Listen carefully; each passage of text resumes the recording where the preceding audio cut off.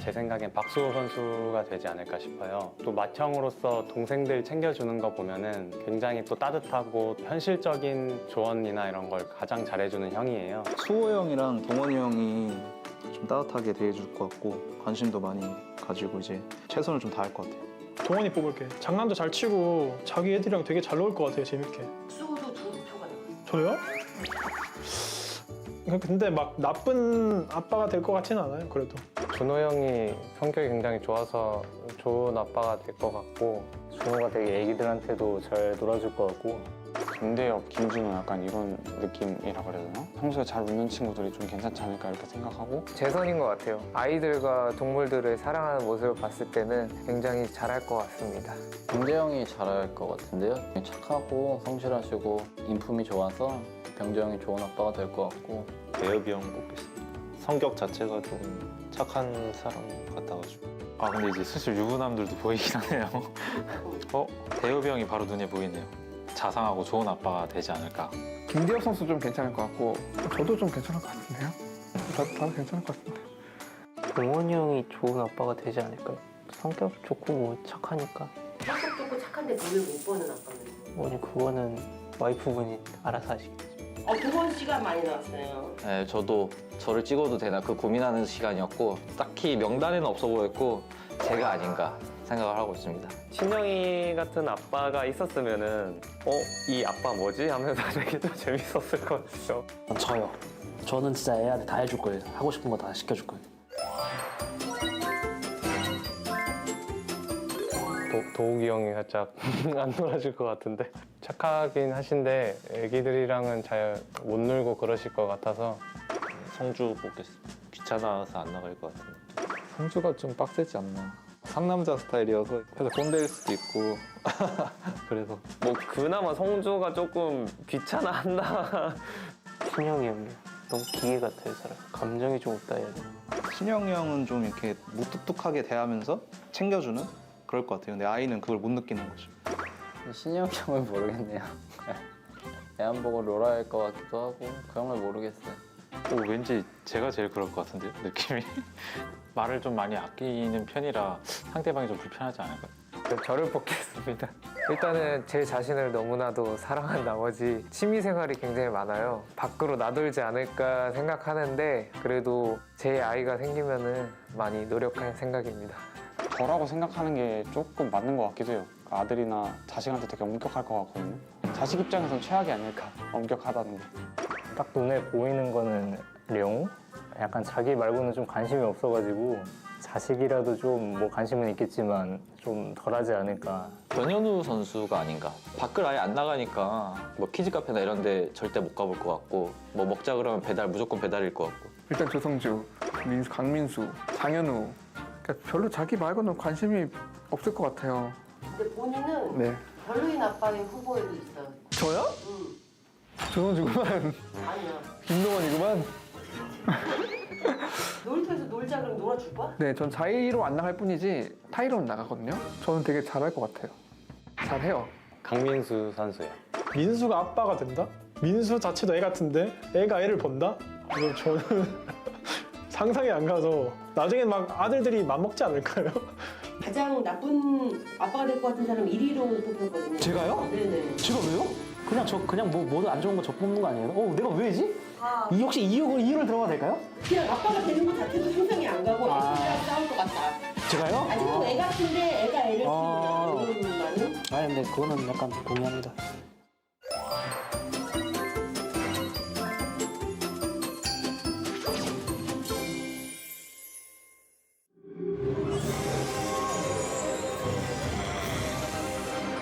제가 먼저, 저는 그냥 죽을 것 같은데요? 별로 살고 싶지 않을 것 같아요, 그러면 진짜로. 다 같이 좀비가 되면 Maybe Dark? I think he, try to punch the zombie instead of just running. I think he'll, try to fight them. 근데 죽을 사람 많아 보이는데? 성주나 이제 현우 형이 좀 빨리 죽지 않을까. 제가 이걸 굳이 말 안 해도 다른 선수분들이 왜 그런지 이렇게 예의를 들 것 같아요. 성주가 좀 빨리 갈 것 같긴 하네요. 느릿느릿한 이미지여가지고 좀비 보고도 그냥 어리둥절하다가 가지 하지 않을까. 성주요. 걔는 도망도 안 가고 가만히 있다가 물릴 것 같아요. 성주 형이 물려 죽지 않을까. 나오질 않으니까 집 밖을 죽을 것 같은데 집안에서. 현우 형 아닐까요? 저 영웅 심리가 있어가지고 뭐 하려고 하다가 죽을 것 같아요. 변현우 형이요. 운동도 많이 안 하시고 달리기도 느리실 것 같고 뭔가 허약해 보이셔서. 근데 항상 근데 영화들을 보면은 소위 나대는 사람들이 먼저 죽잖아요. 근데 그런 거는 보통 동원이 형? 동원 형이 조금 약간 나서기 좋아하고 약간 그런 느낌이잖아요. 추진하고 전략 짜고. 태양이는 뭔가 태어나서 사는 사람 같아요. 그러니까 삶에 미련이 없어 보여요. 딱 그냥 좀비네 하면서 막 그냥 물 흐르듯이 이렇게 지낼 것 같아요. I think herO. He's the weakest, I think. 근육 없어서 필요 없어요. 희범이? 좀비 세상이 되면은 희범이는 나서서 싸울 거라고 하더라고요. 영화 보면은 나서는 사람이 먼저 죽거든요. 조금 나대는 사람이 보통 많이 죽거든요. 워킹데드에서. 제가 게임도 많이 해보고 드라마도 봤는데 빌런들 있잖아요. 근데 이제 빌런이라고 치면 여기 중에서는 딱 한 명밖에 없어요. 저는 이제 강민수가 먼저 죽을 것 같습니다. 친구잖아요. 아니 별로 안 친해요. 그 희범 선수는 강민수랑 친하지 않다고 하던데. 아, 그 저랑 너무 친해서 약간 안 친한 척 하는 거고 저를 너무 좋아해서 요즘 좀 고민이에요. 민수가 앞에서 떠들다가 역시나 제일 먼저 죽을 거였고. 민수? 앞장서서 가다가 뭐라고 하다가 죽을 것 같아. 이거 뭐 민수 아닐까요? 왜냐면 민수가 좀 주도적인 게 있거든요. 행동력이 강하고 으쌰으쌰해서 다 같이 어디로 이동하자. 우린 안 가겠다 하면 자기 혼자 가는 스타일이에요. 그러다 이제 물려가지고 이제 창문 밖에서 보이겠죠?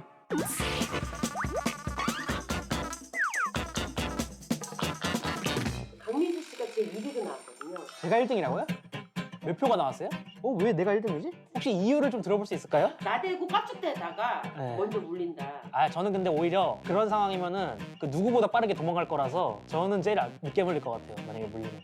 민수가 아닌 게 굉장히 의외네요. 아니 민수가 그게 있어요. 그게 구분이 딱 돼가지고 자기가 필요한 그런 일에는 정보 공유 절대 안 하고 일전 안 하고 혼자만 막 살아가는 간사한 느낌이 있어요.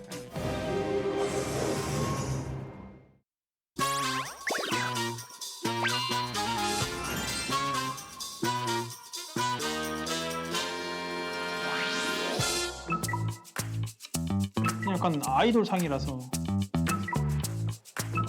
이렇게 고민하다가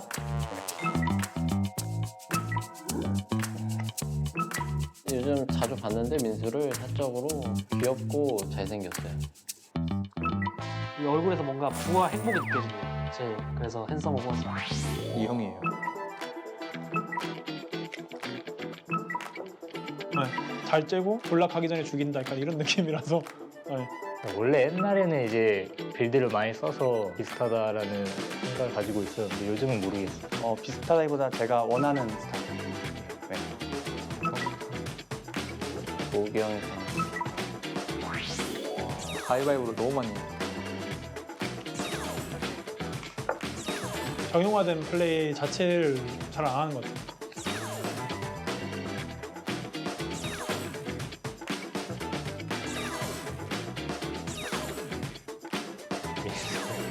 성격도 완전 정반대인 것 같고 얘는 되게 막 자신감도 넘치고.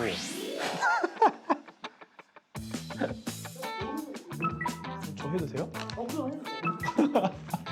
IQ는 제가 제일 높다 생각해요.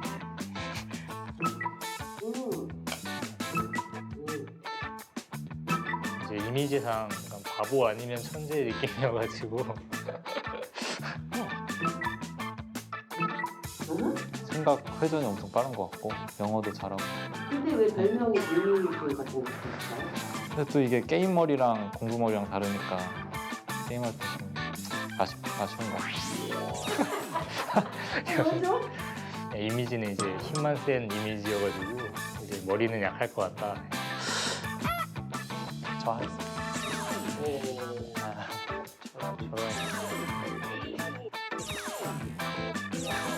현우 형이 피지컬 진짜 좋은데 빌드가 좀 단조로워요. 그나마 제일 낮은 사람 뽑자면 뭔가 똑부러지는 모습을 본 적이 없어가지고. 평소에 같이 있으면 엄청 좀 순수하고 좀 단순한 그런 느낌이라. 진짜 살기 싫다.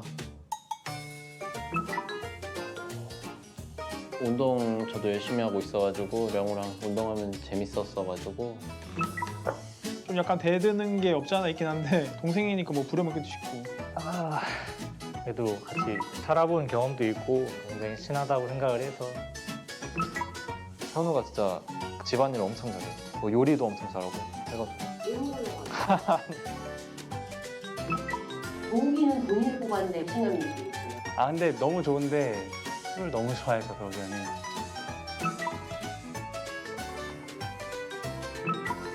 이것저것 짜잘할 뭐 집안일이나 이런 걸 되게 잘한다고 하더라고요. 그래서 우기한테 다 시키고 저는 편안하게 좀.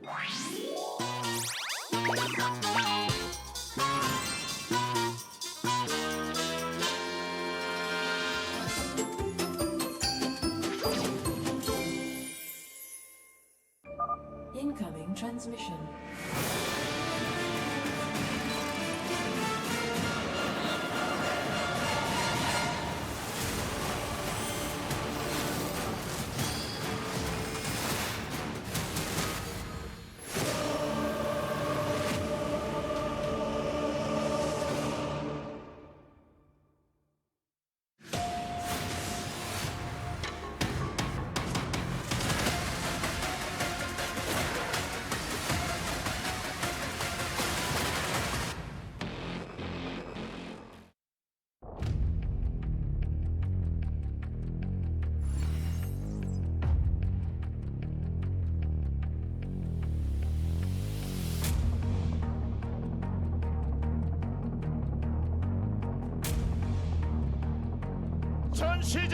We are finally here.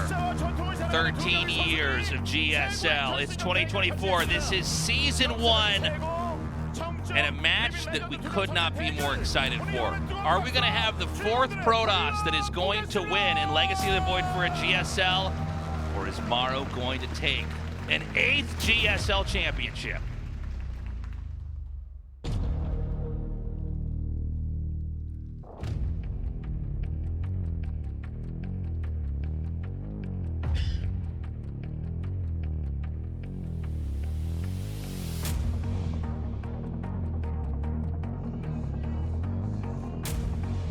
Introducing our first player. He's managed to get this far as Protoss with his aggressive style to come back and take another GSL Code S title. Defeating Stats, the defensive Protoss player, he now faces the strongest Terran in the world. He is herO.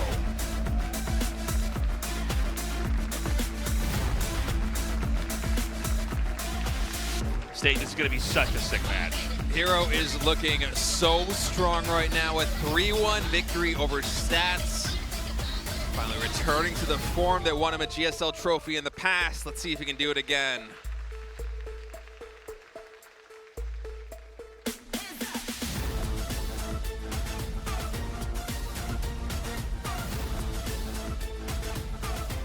herO's opponent has historically been the strongest Terran in StarCraft 2.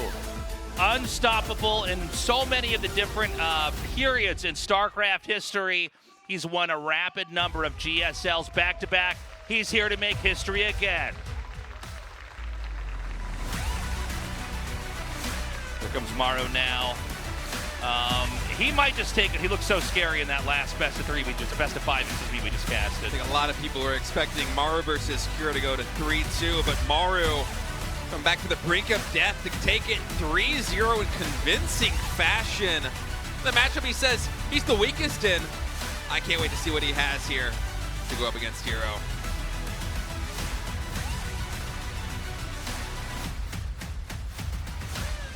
I think we're going to go into an interview now with our players.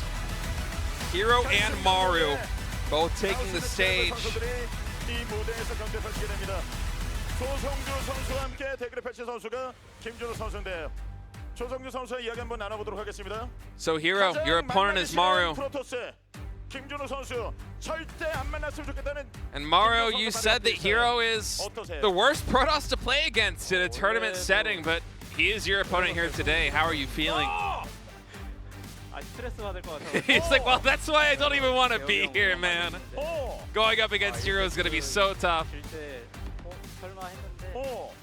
So I was hoping that my opponent would be Stats. But in the end, fate has decided that herO is going to be my opponent here in the final, and honestly, I'm not really happy about it. Well, you've defeated herO in the past. Are you really that afraid? Well, you know, I have a lot of thoughts racing through my head at this moment.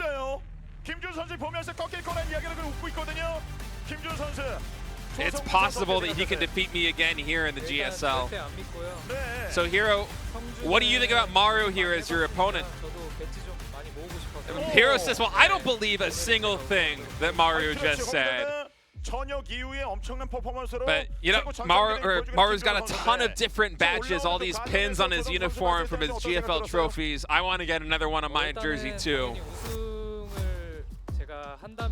So when you saw Maru's performance there in the semifinals, the 3-0 win, what was going through your head? And herO's like, you know what? If I want to lift that trophy, I pretty much knew it was fate that I was going to need to defeat Maru to become the GSL champion again. Well, here for the finals, you expected that Maru was going to be your opponent. Did you do anything special to prepare for him? Well, you know, my semifinal opponent, Stats, he's been playing really well, so a lot of my training and preparation went specifically to taking Stats down. I didn't have time to actually focus on dealing with Maru, so I really don't have a lot of preparation. I was saying, well, you know, sounds like herO didn't really prepare for you at all, Maru. How do you feel about that? Maru says, well, you know what? It doesn't matter because these days, Protoss players don't fear Terran whatsoever. herO's just shaking his head right now on stage. herO doesn't believe a word that he's saying again. Well, Maru, I mean, you've gone to so many GSL finals, more than anybody else. You've lifted the trophy more times than anyone could even hope to dream of. What are you going to show again in this finals? And Maru, going back to what he said in the semifinals, he says he's not sure he's going to be able to meet the expectations. He's going to try and play like Byun.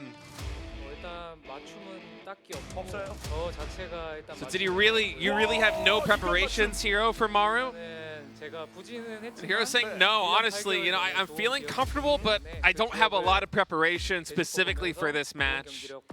But, you know, I have a lot of good memories of beating Maru in the past, and I'm going to try and channel that same energy and make it happen again here tonight.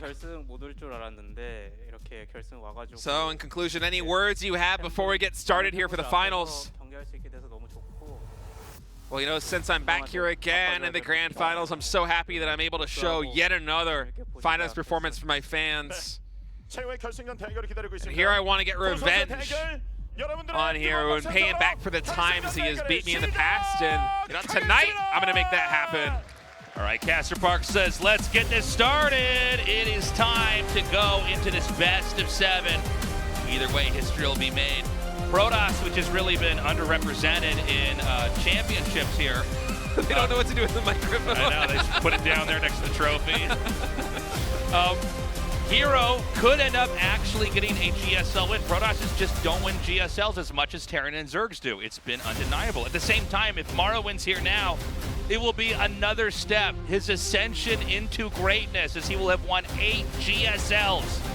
That's just unbelievable. A lot of Protoss players around the world can't even count that high. So for Maru to be eyeing down his 8th GSL trophy, oh, just something incredible. And as you said, Tasteless, you know, we haven't really had a lot of GSL champion Protoss players so far in Legacy of the Void. We had a lot in Wings of Liberty and Heart of the Swarm, but as the game has devolved and the GSL became more and more preparation focused, the Protoss players haven't really been able to deliver. I think we've only had 3 players in total that have been able to lift that trophy in the past number of years, but it feels like the new map pool, the new patch, Protoss players around the world kind of turning a new leaf. There was kind of this dark period over the past couple of months, couple of years, where Protoss players were really struggling at the highest of levels, the highest of echelon of StarCraft 2 play, but this time, 2 Protoss players in the top 4. herO was one of them, the best Protoss player in Korea, bar none.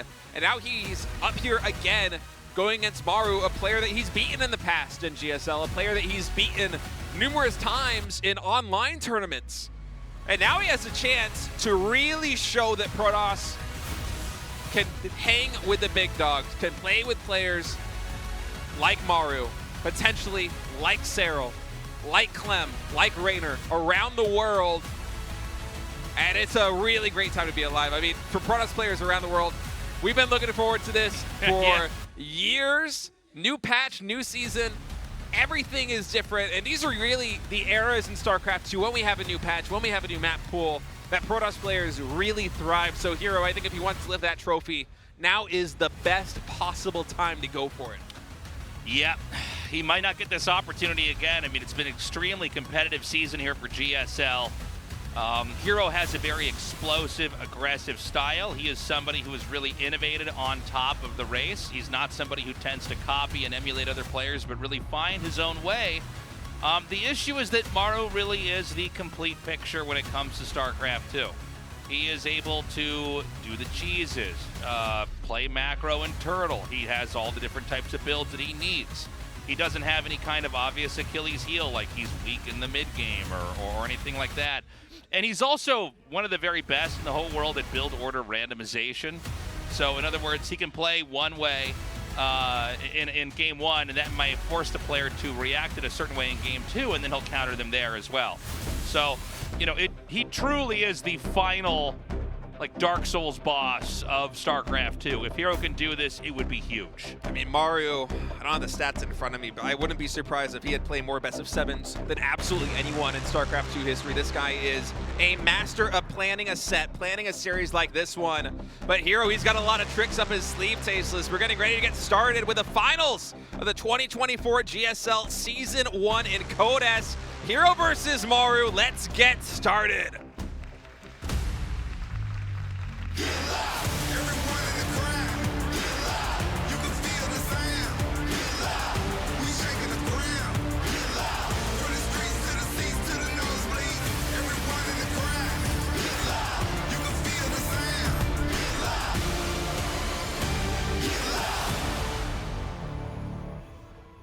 Okay, game one of the finals starts now. herO in the bottom right, Maru in the top left.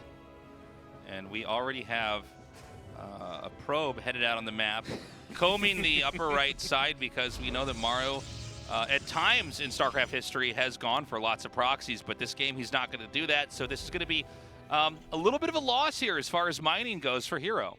Yeah, but I think against a player like Maru, who is infamous for busting out the proxy 2-racks, busting out Marauder cheeses, all sorts of different strategies, I like herO taking this calm approach, this safe and cautious approach to the game. He's checking all of his corners. He's making sure that Maru doesn't have anything especially tricky up his sleeve. Oh, Season 2 champ might be Raynor. He is here. He's actually in the arena right now. He's among us right now. He's watching. He's waiting. I thought I sensed his presence when he came in. And of course, Season 2 going to be very exciting, guys. Not too far away. So, for now, we got to see what kind of game. Oh, there he is! We're telling the truth. Audience. Raynor, by the way, came down during the break between the semifinals and the finals. Was absolutely swarmed. Yeah, he was getting by mobbed, Korean fans. It was. It we have was a nice vantage point on it. It was fun to watch. So, yeah, what kind of game are we going to have here from Maru? Right now, it looks like it's a very middle-of-the-road build. Nothing too greedy, nothing too aggressive. Now, herO, he is known for being on the more aggressive and creative side of things in the matchup.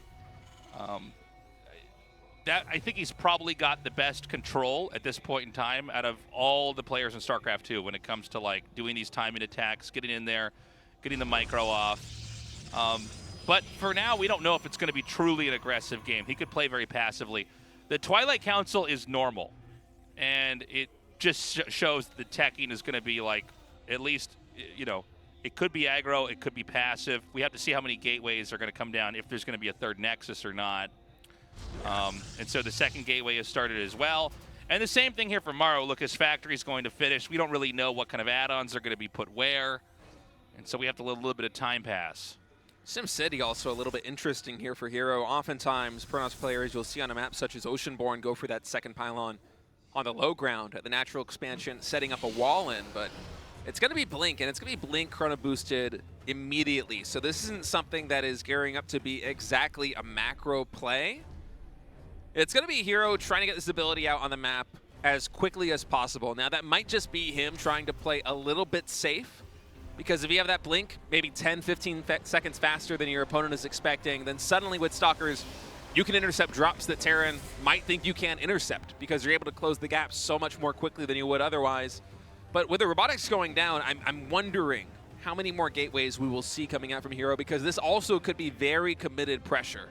Especially in online tournaments, herO's not afraid to throw down 2 more gateways like we're seeing him do right now. And this is the first time, I think, so far this season of GSL that we've seen a Protoss player go for 4 gate blink as an opening. Was it 4 or was it 3? I actually was drinking water when he put the 2 down. Was it a third gate? I think it is the 4th. He has a second one coming up, right? 4 gate blink is, I feel like herO is so solid at this. We'll have to take another look. Now we have me second guessing myself, sorry. but we'll take a look at the architecture there once we get a glimpse. So with this, he'll first have to parry the drop in there. So there are 2 more gateways. So first comes the Widowmine drop. And look at the blink. This is finishing faster than it would otherwise because of how many chronos he has dunked on that thing. So this medevac, should herO decide to target that instead of the Widowmines, could potentially go down. We'll see. The Widowmines now coming in. Medevac, it's going to get 2 shot. And the Widowmine shots are only going to get, what, 1, maybe 2 probes? Not even 2. Basically a perfect hold here. Yeah. It could not have gone better. And Maru going to be moving out of the map. That can't be the right play. I think it might be. Yeah, he's actually going going back. Okay, I was going to say, look, this is probably the biggest mistake he could possibly make. Now, the Marines are going to be back. He's got a bunker, but you don't really want to watch the entrance for this rush. You want to watch the main. Is the Terran going to get a bunker? Is there going to be a 3-tank spread, 1 in the natural, 1 on the ramp, and 1 kind of hugging the command center in the main? Interestingly, behind this pressure, as herO tests the water with the Blink Stalkers, he's actually throwing down both a Forge and Charge, as Maru's just going to try and shoo him away from the front of his base. Those 4 Stalkers in the Prism are going to work their way up into the main base, and Maru might just move cross-map? Yeah, this is kind of wild. Oh, wow. He's not going to protect his main. At the same time, the Liberator tank push, I mean, Blink Stalkers can't do that much versus that. The Zealots are going to be have to be moved out of here, of course, along with the probes. Oh, he actually has to recall some of these Stalkers back at home because the Warpin just came in for those Zealots. And Maru is basically going for almost a base trade right now. He has the confidence to be able to clean up these 4 Stalkers back at home. Recall has already been used. Those Stalkers cannot reinforce. And this is a massive army at herO's doorstep before the 6-minute mark, Tasteless.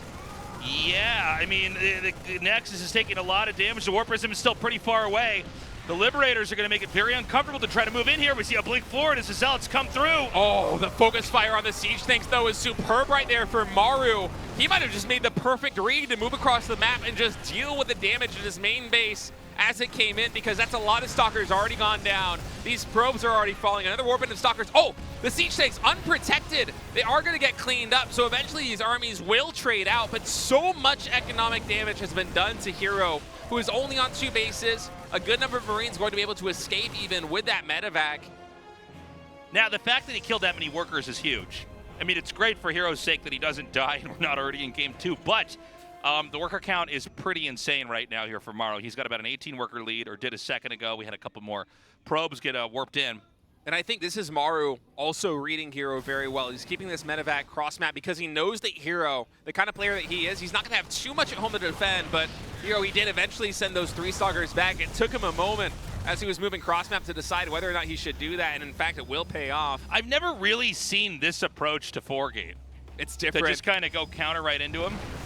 And he's testing the waters now. Charge is already done, Tasteless. There might not actually be enough in the natural. I think Maru's just expecting full-on Blink Stalker, but actually it's the natural that's getting hammered down right now by the Charge Zealots. The bunker and the Siege tank both fall. And now it's herO's turn to get some counter damage done in Maru's natural expansion. It's already been a crazy game, but with the natural exposed, the Zealots can come in there and begin to shred these SCVs. He needs to try to leapfrog the tanks down the ramp, at the same time not overextending with them. There are 3 Siege tanks in total right now just guarding that ramp. herO's gonna blink forward. I don't think he's expecting as many siege tanks as there Oh, are. the Oh my goodness, there's a disruptor! disruptor here. The shot's gonna come in. It connects with 3 Marines. They go down. Charge cells are finally getting cleaned up, but herO is controlling the bottom side of this expansion and getting a lot of damage done. Overall, 10 SCVs in total going down. This gas also going to be taken out. herO from this position can use his Warp Prism, can use his Blink Micro to get out of this location. Although, well, I mean, he could have. He is going to be able to send these disruptor shots in there. I wonder if it would have been better to try to nick away at the tank. Back at home, it's 2 base versus 2 base. It's been, a bit of a back and forth here. Worker supply is still steadily ahead here for Maru. 4 units, actually Zealots there on the Warp Prism, almost looking like a Brood War game with the way that herO's attacking in here at the natural expansion. Those Zealots are going to work their way into the main base. +1 weapons already done for herO. He's starting his Colossus transition even before the 3rd Nexus gets thrown down, and as a result, he's going to be prioritizing the Starport. He wants to delay Viking and medevac production for as long as possible, gets the kill right before the units pop out, so that's a big win. Pretty perfectly timed snipe there. Maru might move out, but he could get flanked. Oh, this is a dangerous position. Should be able to take the siege tank out, and indeed he does with those double disruptor shots, and the Marines stimming forward. This is a big power spike for Maru's bio army. So here has to evacuate this position. I don't know that he quite has enough to fight this. I mean, he's fleeing. He's basically trying to spread his units out wherever they be. Oh, he probably can't quite get more than a tank snipe there. Terran's going to be beelining across the map. He's pulled the boys. Yeah, the boys are coming in right now. Only 1 Colossus on the map. Okay, let's see the reaction from Maru. Oh, it was really good there to start things out. He noticed it immediately, but a little bit sloppy there with a micro. A good number of Marines get taken out. I don't think we have Thermal Lance done just yet. It's about 75% complete, but this is only a 2-base Protoss economy, so herO, he has a lot of room to buy time right now and slowly kite Maru back into the natural expansion. Oh, he gets another siege tank, Tasis, and a Marine. I mean, yeah, this is a mistake. He's going to have to send the SCVs back. There's no way you're going to be able to push into both Colossus and Disruptors. I think Maru was so confident that herO was using that pressure to buy time back at home for a 3rd base to slowly kick in. That's not what herO was doing at all. He was just building up an even more powerful army. And now herO is starting to get really aggressive here. Blinking forward, picks off a Marauder and another Marine, and he is gunning for an insane timing attack. 2 Disruptors, 2 Colossi, +2 ground weapons, nearly complete. Oh, Disruptor shot comes in, gets a Marauder and a handful of Marines. 2nd Disruptor shot gonna get another Marauder. And I gotta say, it's a 2-base Terran, but he could be broken here. It's gonna be very hard to get a 3rd command center set up anywhere. Between Colossi, Disruptors, we've got some sentries here for Guardian Shield and Force Field. He's very much under control. Has the Terran very much under control. +3 ground weapons starting now for herO.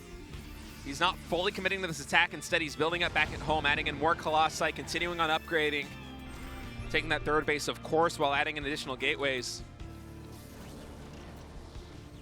And what a dynamic back and forth game to start game number 1. This is what happens when you have a player who is so good at creating chaos as herO, and a player that is so decisive in moments as Maru.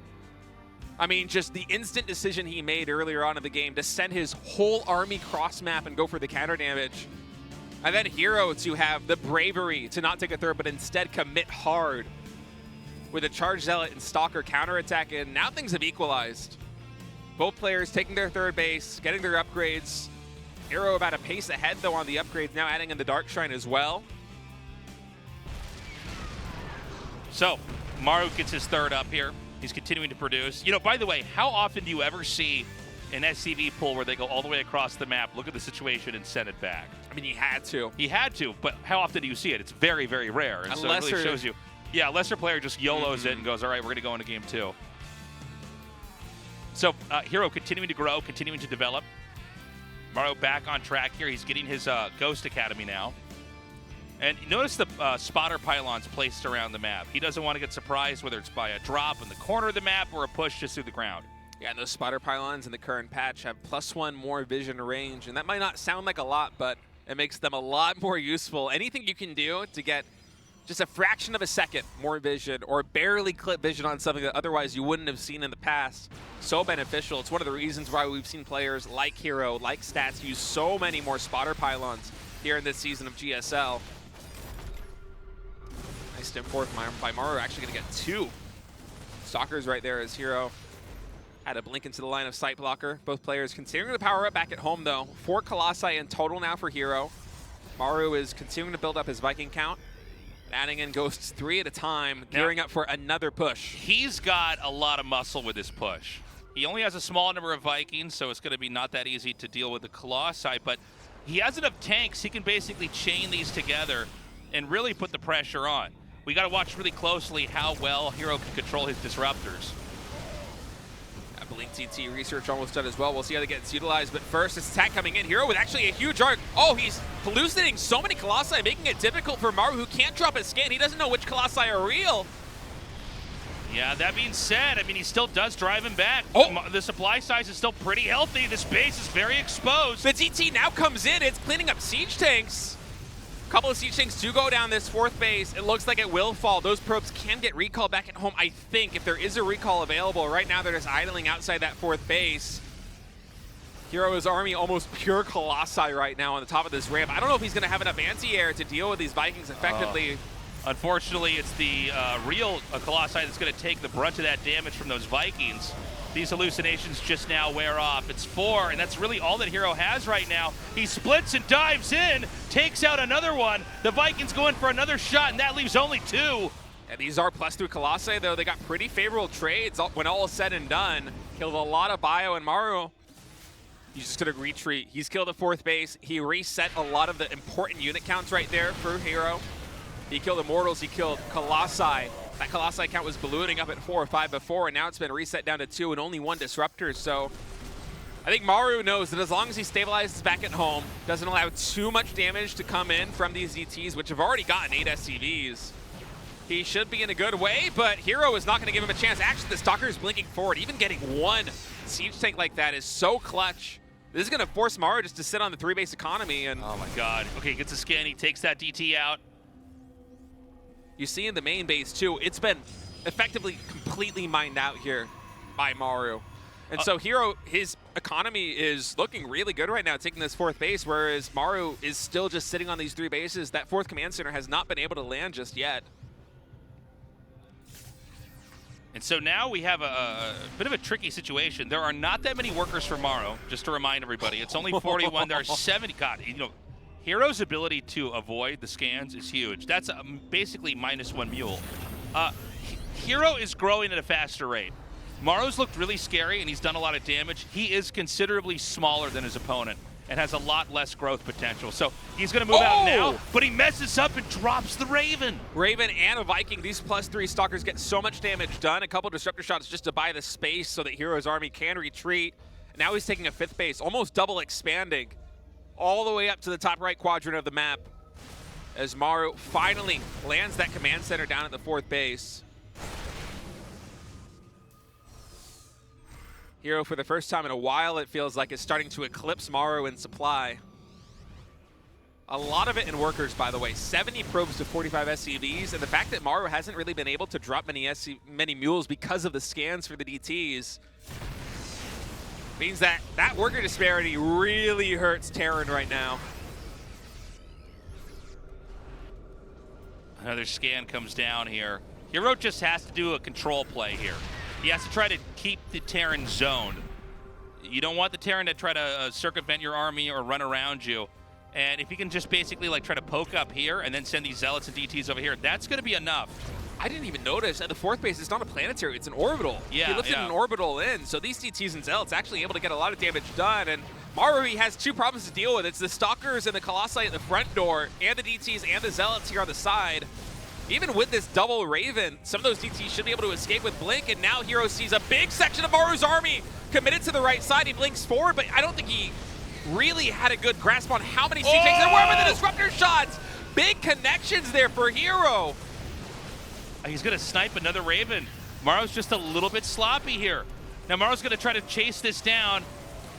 No reinforcements right now for herO. Armor shredding missile comes in. Oh, it connects with both Colossi here that are retreating all the way back, but still the standing army for herO looking very strong. During all of this, a counterattack at the 4th base. He's going to wipe these tanks. There are hardly any SCVs in this game, only 32. He gets the kill, he runs right back out so he can attack it again later. herO has been untouched on his side of the map. Yeah, I saw Maru just drop 2 scans, one at 3 o'clock and one at 6 o'clock, confirming that herO is taking 2 more bases right now. In a moment like this one where you're at 33 SCVs and you just had an okay trade but not great against a player like herO, I think Maru's feeling up against the ropes. Another disruptor shot comes in. Great one. Gets another ghost on Marauder too. Sucker's picking off the Vikings. herO's retreated back to the shield battery. He might be able to hold. Yeah, and if Maru can't advance further than this, it's going to be a problem. He's going to try to wrap around. There is a base at 6 o'clock below the screenshot here that it would be a nice target to try to take out. But I think that even at this point in time, herO could chase him away from that. I mean, look at the upgrades right now. GG, he taps out. 1-1 for Maru versus the 3-2 for herO at the end. A big part of why herO was able to take those fights.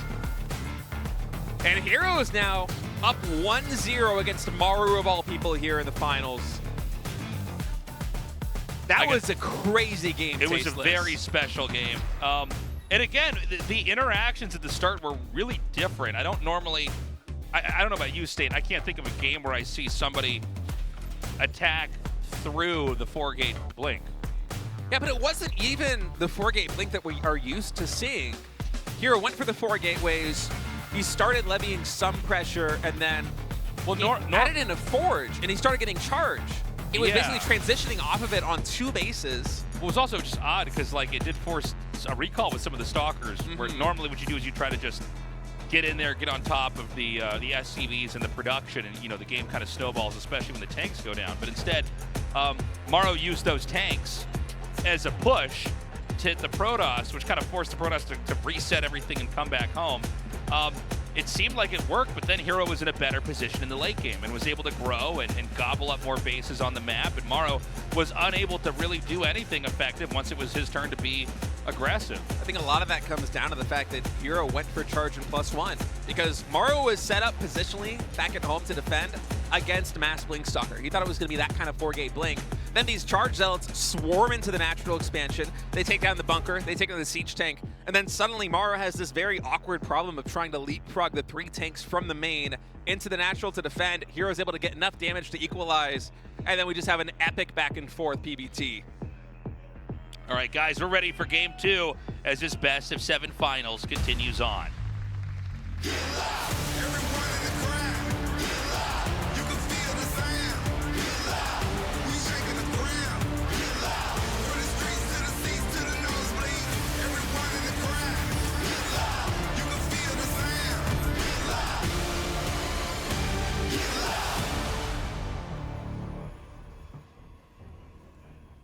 All right, in the top right is herO, and the bottom left is Maru.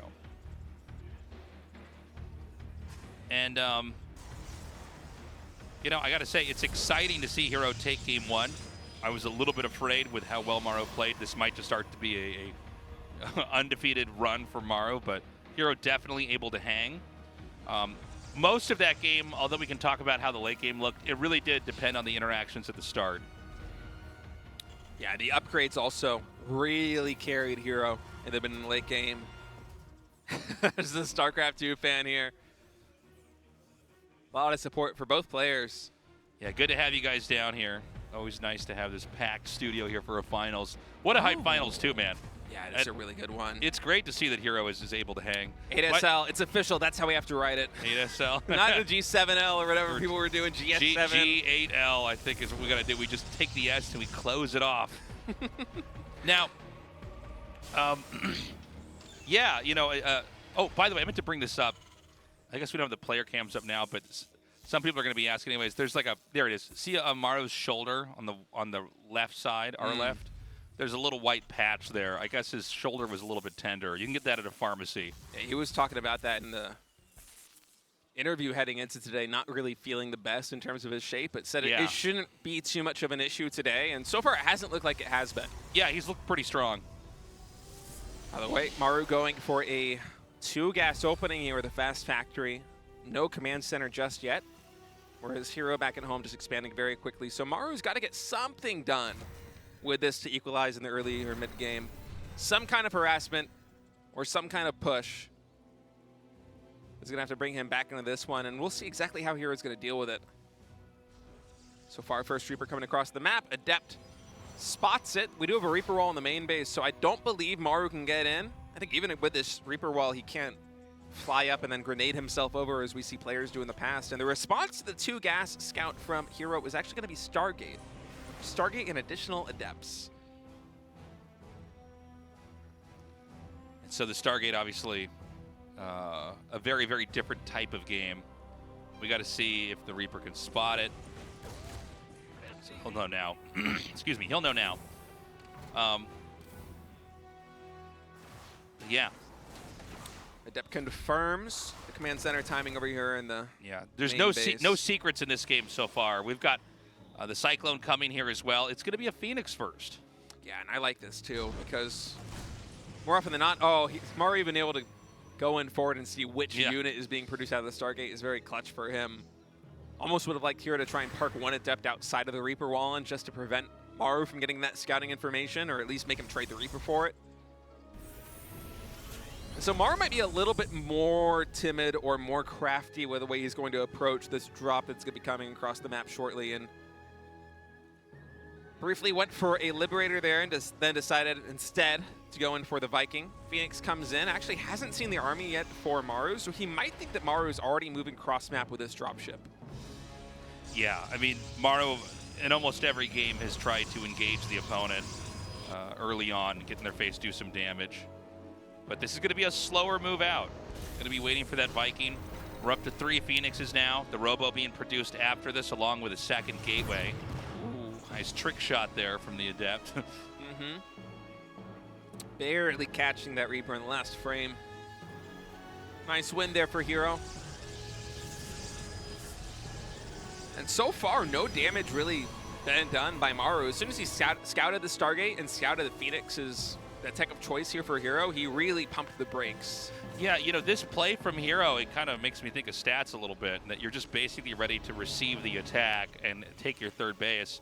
But in this rush from Maru, he's pulled 4 SCVs. That's a very specific number. That's usually like 2 turbocharge repair. Oh, he hit it like perfectly, I think. He did, but the Adept Shade completed. Okay, so then he did see it at the end there. Yeah, herO basically traded the Adept for that information. Oh, he's going to get the Cyclone. He might even get the Widowmine right now. SCV's out of position. Widowmine goes down. herO even focus firing down the Widowmine first. Oh, but he doesn't get the Cyclone because of it. Ah, Okay. that's painful. So this is bad because that hull damage is permanent. Those shields are not coming back anytime soon. The push is inbound here. The medevac with plenty of energy. An Immortal and Stalkers and 2 Adepts here to try to meet it. The Cyclone does go down. The second is picked up, and it is targeted by the Stalkers. Yeah, Stalker's getting a lot of damage done. Oh, the dropship micro. He actually focused down the Phoenix, so the gravity beam, it dropped. And then the dropship micro with the medevac means that Maru has both his Cyclones still alive. The SCVs are still on the ground. One of the Cyclones goes down, but a reinforcement comes in. Finally, another gravity beam comes in. Lifts up that Cyclone, is able to get cleaned up, and finally herO is stabilizing. But man, Maru with some nice fancy micro. Able to get a pretty good trade during all this. Keep in mind, back at home for Maru, he's also expanding. He's throwing down the 3rd command center faster than herO's getting his next expansion. I don't think this is exactly the damage he was looking for, but he's killed so many units so far, and he's delaying the expansion of herO. He's still got a foothold outside of this base. He's still reinforcing. A Cyclone's going to come in here. There's no way for Protoss to take a 3rd base. He's going to come in here once more, trying to target down. Well, he gets the pickup, but he can't target the Cyclone. The Immortal is so low. The Ascendant, is he going to be? Okay, no, he gets the repair just barely in time. That was so close. That SCV really wanted to be a herO, man. Trying to chase that Immortal down. Yeah, we have a couple more reinforcements coming up here. This Immortal, again, very low. It is shot down. Yeah, more Phoenix coming in. We'll finally be able to get this situation under control. Just an insane back and forth. The fact that the Immortal was killed was pretty big, but, you know, Maru lost a lot there. And he didn't, look, he delayed the Nexus from being made, but it's not like he killed the Nexus. He didn't kill a single worker. And now the counterattack comes here from herO. So herO wants to keep Maru off of a 3rd base and ideally do more damage than that. I believe there is 1 lift on these Phoenixes right now as they slowly regenerate their energy, but 2 siege tanks means that they aren't really going to have an avenue of attack coming into this natural expansion, and herO's already building a fleet beacon Tasteless. Before that 3rd Nexus is done, comes in forward, I like that, trading out one Phoenix just for one Raven. Already starting +1 air weapons. Seems like herO's actually taking a page out of Stats' book. He's going straight in the sky toss. He's even building cannons. This is wild. Not exactly what I was expecting herO to do here, by the way. No, but to show this kind of range this early in a best of 7, especially, I mean, here in game 2. Yeah. So he's going to float by with the Phoenixes again. He's going to get a read on exactly when this third base is going to start. He can see where the add-ons are being swapped on and off. Carrier production now underway. 8-minute mark. Yeah, and so this is going to be one of these accumulation games where he needs to get a number of carriers together. You don't normally go for carriers quite this fast. We've seen carrier play become more and more commonplace in the late game. I almost want to say that we haven't even seen Stats go for carriers quite this fast, and I don't even think that, yeah, that scan does not clip the Stargate, so Maru still doesn't really have much of an idea that this is coming in. As it stands, about 20 Marines here for Maru, 1 Cyclone. That is the anti-air he has in total. No stim, no combat shields, no 1-1 upgrades here for Terran, so this is more of a map control play, just moving into the center. So this is going to be another push back over here from Maru. It's interesting to see this back and forth that keeps happening. He is scanning to see the Protoss army, and he's looking at it, and he's saying, I can actually beat this. I'm going to move forward and try and get some damage done. Now, you know when you see the lack of an army here, it has to be either more bases or more tech or both. This is going to force herO to show the carriers early than he would like to. The tank, look, he's being very careful not to overextend with the tank. And now he sees the carriers. Stim is almost done. 1-1, just a little bit away. He just shot down all the interceptors. Got to rebuild. That's going to be a reset there. I mean, those carriers are paperweights until they actually get full of interceptors. The tank's getting further and further in.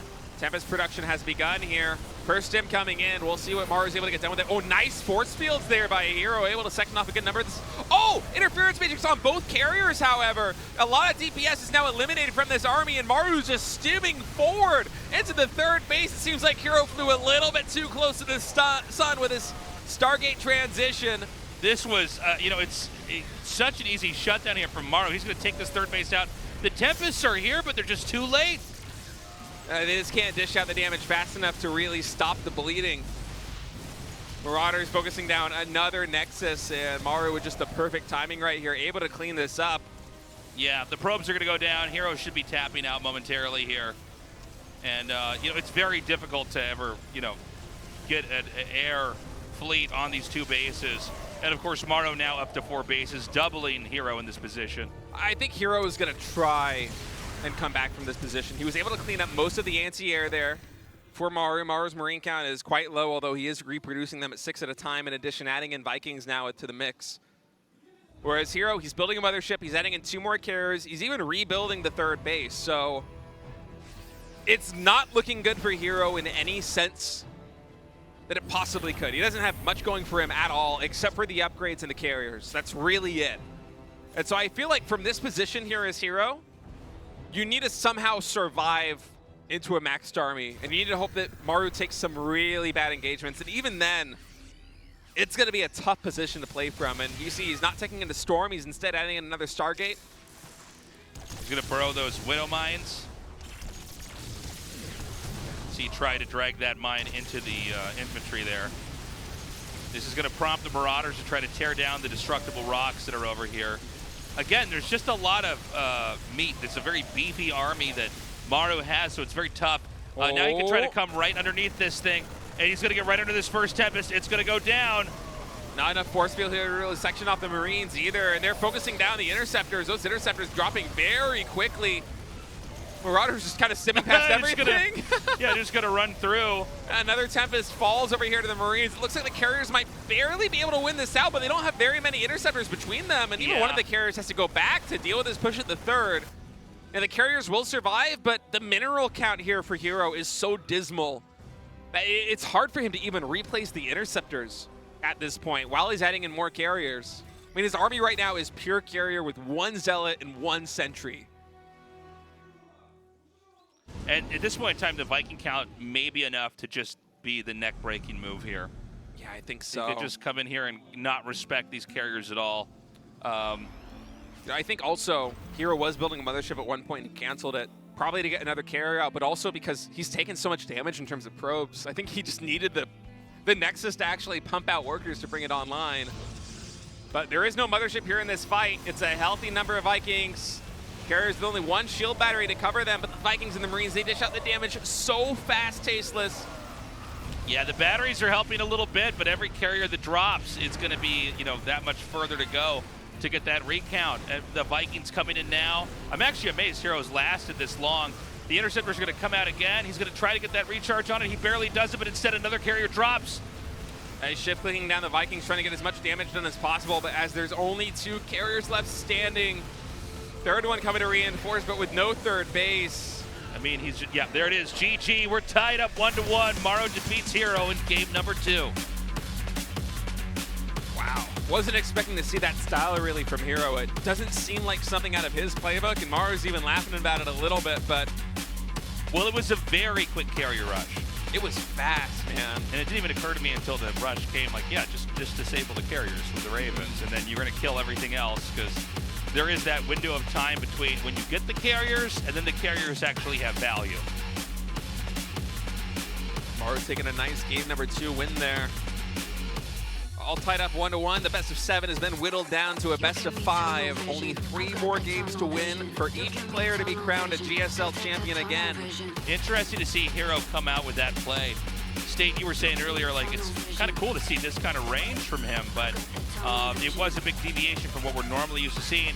Guys, we're going to go to a break. Coming up next, Game 3. You don't want to miss it. We'll be right back.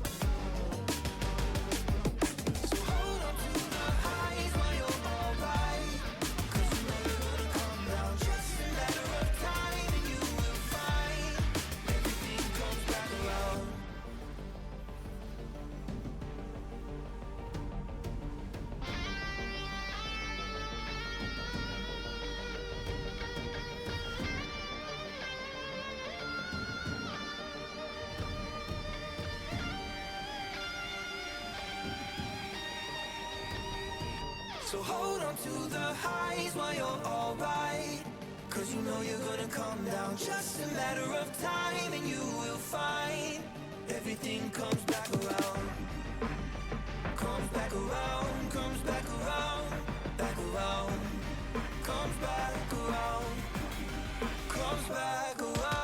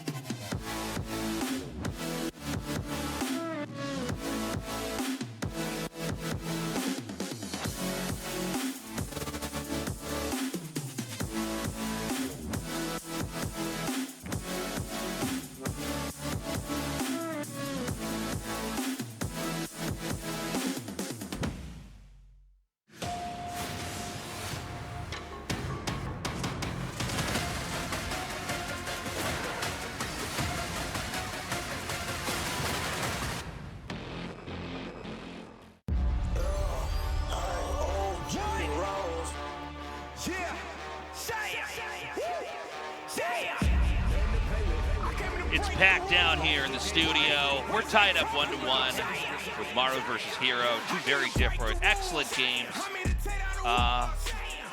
I have no idea who's going to take this. herO looked very strong. That play style he brought out in game 2, I don't think we're going to see that again. We were talking a little bit about this on the break state. Seems like that's pretty map specific.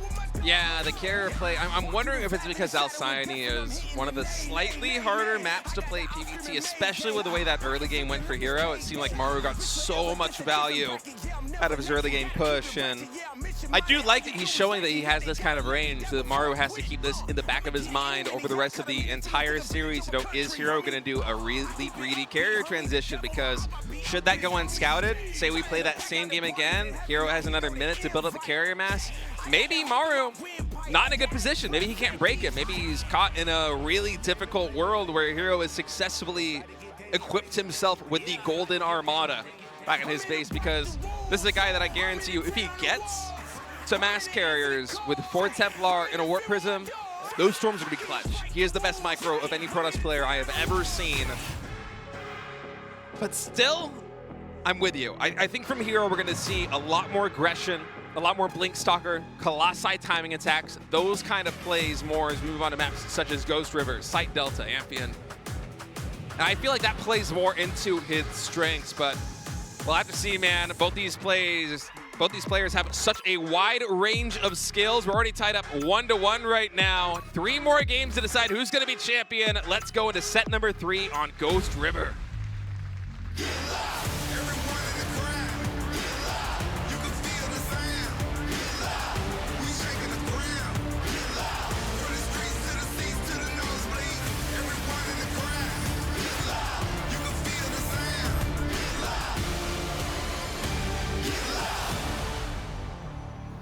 All right, herO on the right, Maru on the left. And to what you were saying earlier, State, I agree. I feel like we're going to have herO be a little bit more aggro. Look, I think he could go carriers. I don't think he can rush into carriers, which is what he did in that last game. Sometimes that can work. I mean, if Maru is too passive, you're going to have 4 and then 6 carriers before they know it. And then you might be out of range to have that kind of compounding damage that can allow you to take it. Wow. That is some good art, man. I am impressed. Good like art, good muscles, everything down there looking great. I feel like every season of GSL, the level of art that the audience brings is just better and better. That's right. It's crazy. All right. GSL gonna be that guy's like, I got muscles too. Just have a bodybuilding competition after this. Just bodybuilders oiled up. It's the average StarCraft 2 fan, just completely jacked. This is what an average GSL viewer's body looks like. So it's going to be a quick Nexus here. Oh, hold on. Oh, no! No, Don't read it tasteless. Put it back down. Cover your eyes. It back down. You can see how timid he was lifting it up. Oh, Maru once again going for the double gas opening. I see. Maybe he wants herO to play Stargate if he's opening like this. Yeah, well, he could probably get more done if he does. We don't have the definitive tech out just yet.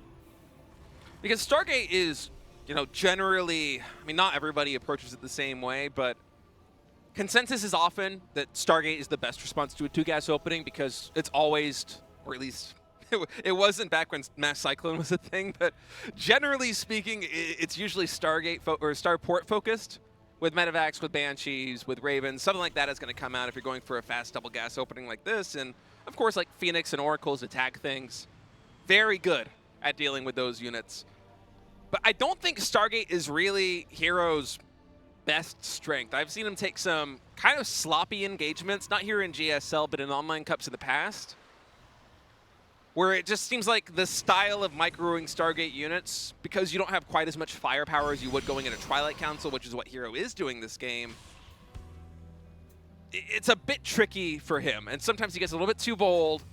He'll take fights that probably he shouldn't take, and then things kind of spiral down from there. A little bit similar to the way they did in the previous game. And so I wonder with Maru going for 2-gas like this, if he's going to continue to revisit this approach over the course of the series as a way of trying to get herO to play a style that on paper is good against what Maru is doing, but in practice, herO, it's not his strength.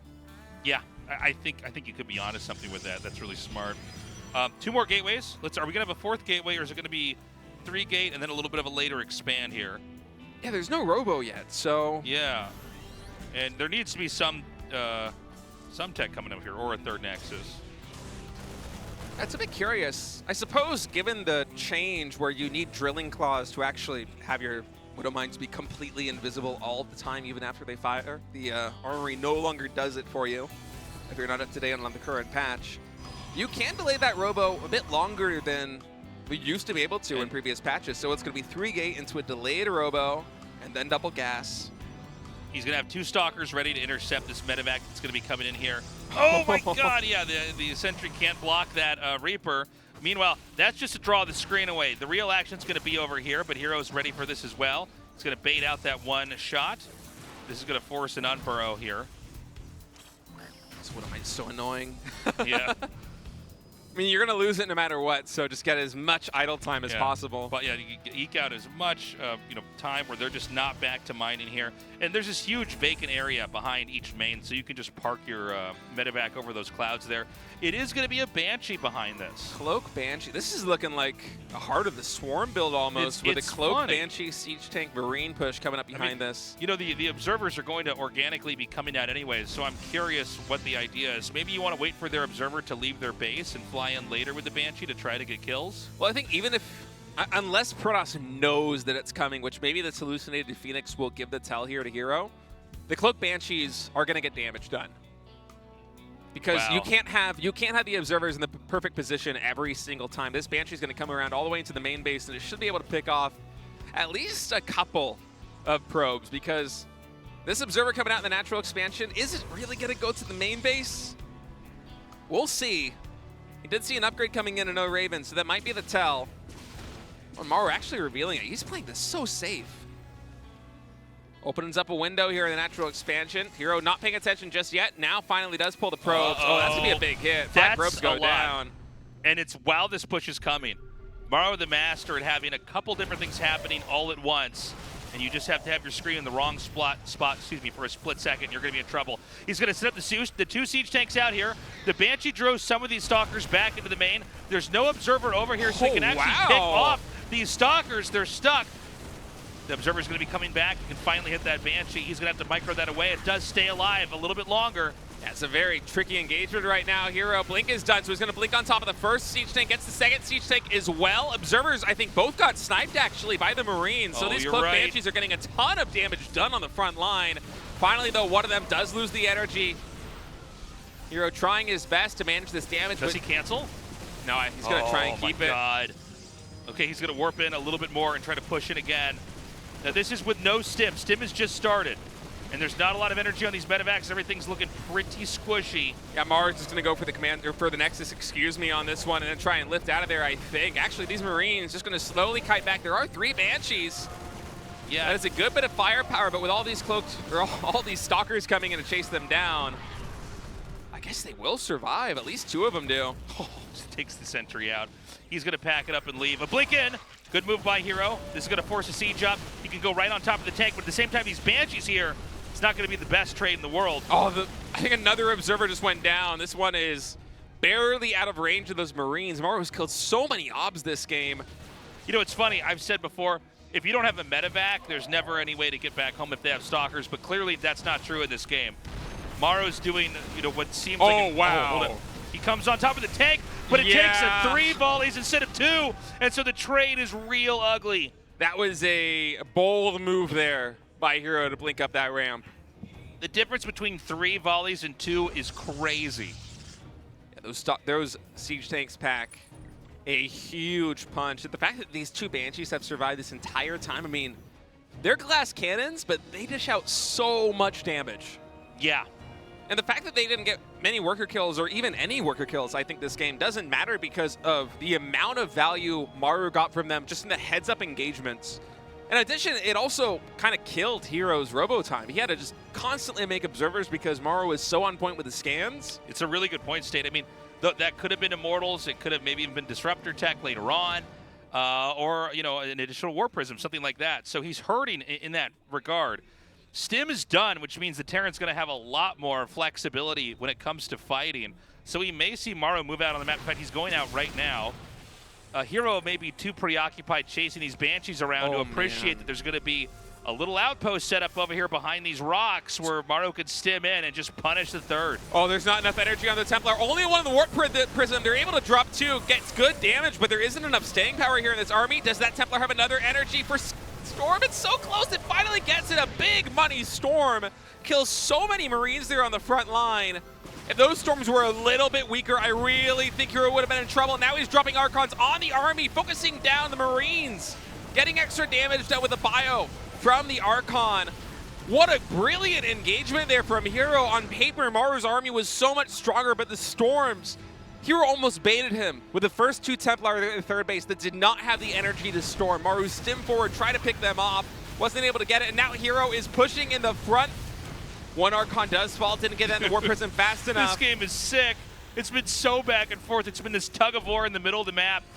He's going to move forward here. He does have an Observer to see that. Widowmine, he backs up when he sees that bottleneck. Is not going to do him any favors in that fight.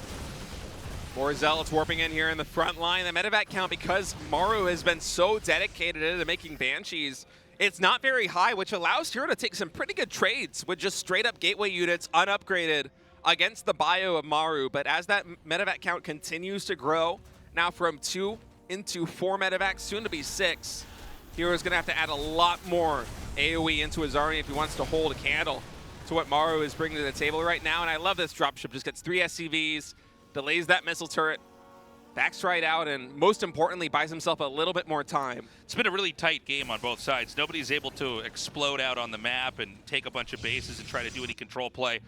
Instead, growth is happening very gradually as each, it's 2 sides taking turns, really trying to end each other here. Now it's going to be the Terran coming back in here. herO again with some nice Blinkstalker control there in the front. He does have a couple of Storms available with this army. Templar in the Warp Prism, looking for that big money Storm. Is he going to get it? Drops it instead on the Siege Tank. Morphs an Archon right there in the front line. Overcharge actually really big right here. Gets all the Protoss army. The map architecture working so much in favor of herO. Yeah, I think Maru a little bit too ambitious to put his tank that close to that area. And that's another big tank count reset. You know, he wants to have those numbers high enough that he can really chain those tanks together and get to a position where if Protoss overextends, they're going to be wiped out. But instead, the tanks are picked off, and suddenly the Terran doesn't have any kind of foothold on the side of the map they're trying to take. I feel like herO over the past couple of minutes has taken 2 incredibly good engagements that he had no right to take as favorably as he did, but I mean, he is the best microing Protoss player in the world for very good reason, and he's just showcasing it here today in Game 1, Game 3. Once again, going to try and find some more damage. Maru building a 4th command center, getting set up to take that 4th base, going to fly that one over now to the 9 o'clock position. herO already saturating his 4th base at 3 o'clock, immediately taking the gas geysers there too. He wants to play a very high-tech style of Protoss. More Storms, more Colossi. So, Maru with that 4th base here now. They're going to continue to descend on the map, expanding further and further down. This is a map where you can run out of bases actually pretty quickly here. And it's still this back and forth in the middle. A regrouping here from herO, who, by the way, is getting a better, healthier, more sophisticated army, where Maru is bleeding off key units. I see 1 tank in this mix. There are a couple of ghosts. Only 4 Vikings, though, Tasteless. Not a lot. Yeah. Oh, that was a money EMP. Got so many Templar. Only one of them still has energy. I think that one might have gotten EMP'd as well. Oh, so the Disruptor is kind of hanging out on the edge here. So the one, okay, he's going to just dive in. That's a very smart play. Oh, no, this Colossus rallied in for the natural. It gets thrown away. A huge chunk of herO's army DPS. In the main base of Maru, there is a drop happening, but herO needs all hands on deck right here in the front. Battery overcharge popping in the 3rd base means that Maru's going to slowly work his way in. No, in fact, he's just going to stim forward. He's confident, man. He stemmed away all the AoE damage on those Storms. He caught herO sleeping. And now this army is going to be taking down the 3rd base nexus. herO, he's trying to get something back online, but he only has 1 more Colossus about to pop at the natural expansion. Dude, it's crazy. I was just saying he had such a good army, but that 1 EMP hit almost all the Templars, leaving only 1 Storm in there. And from there, I mean, the damage just starts to pile up. I mean, no armor upgrades here for herO. It's all about the firepower, but that means that he needed those storms. He needed to compound the damage. In fact, he's not going to be able to do it. The last Colossus goes down, and Maru, through just relentless aggression and a complete money EMP, able to take game number 3. But man, what an exciting match. It does seem like in that middle area, there's positions where you're organically going to have the Templars kind of get stuck together. And they almost kind of like link up like a little caterpillar or a centipede moving together. And the EMP connects, it just wipes them all out. I mean, he needs those Templar in the Warp Prism, or he it was needs like them spread. 6 Psy Storms or something like that. Yeah, it was crazy. Yeah. I think there might have even been, it was hard to tell, but there might have even been a follow-up EMP to just really compound the damage there on herO. And so his army, the way it was so clumped like that, he just wasn't expecting Maru to jump on that position. Instead, he loses basically all of his shields. He loses all of the Storm, which was the main DPS alongside the Colossi, and then he has to retreat. And it's not even like he had a number of disruptors he could use to just kind of throw out disruption balls or purification novas to buy himself space to get back home. He couldn't. He was bleeding out Colossus, and then in the mayhem, he bleeds out another Colossus rally down from the natural expansion as he's just trying to scramble to survive. And Maru's not the kind of player to miss those opportunities. We're going to load up Site Delta here for map number 4. Maru with a 2-1 lead over herO in this GSL Finals.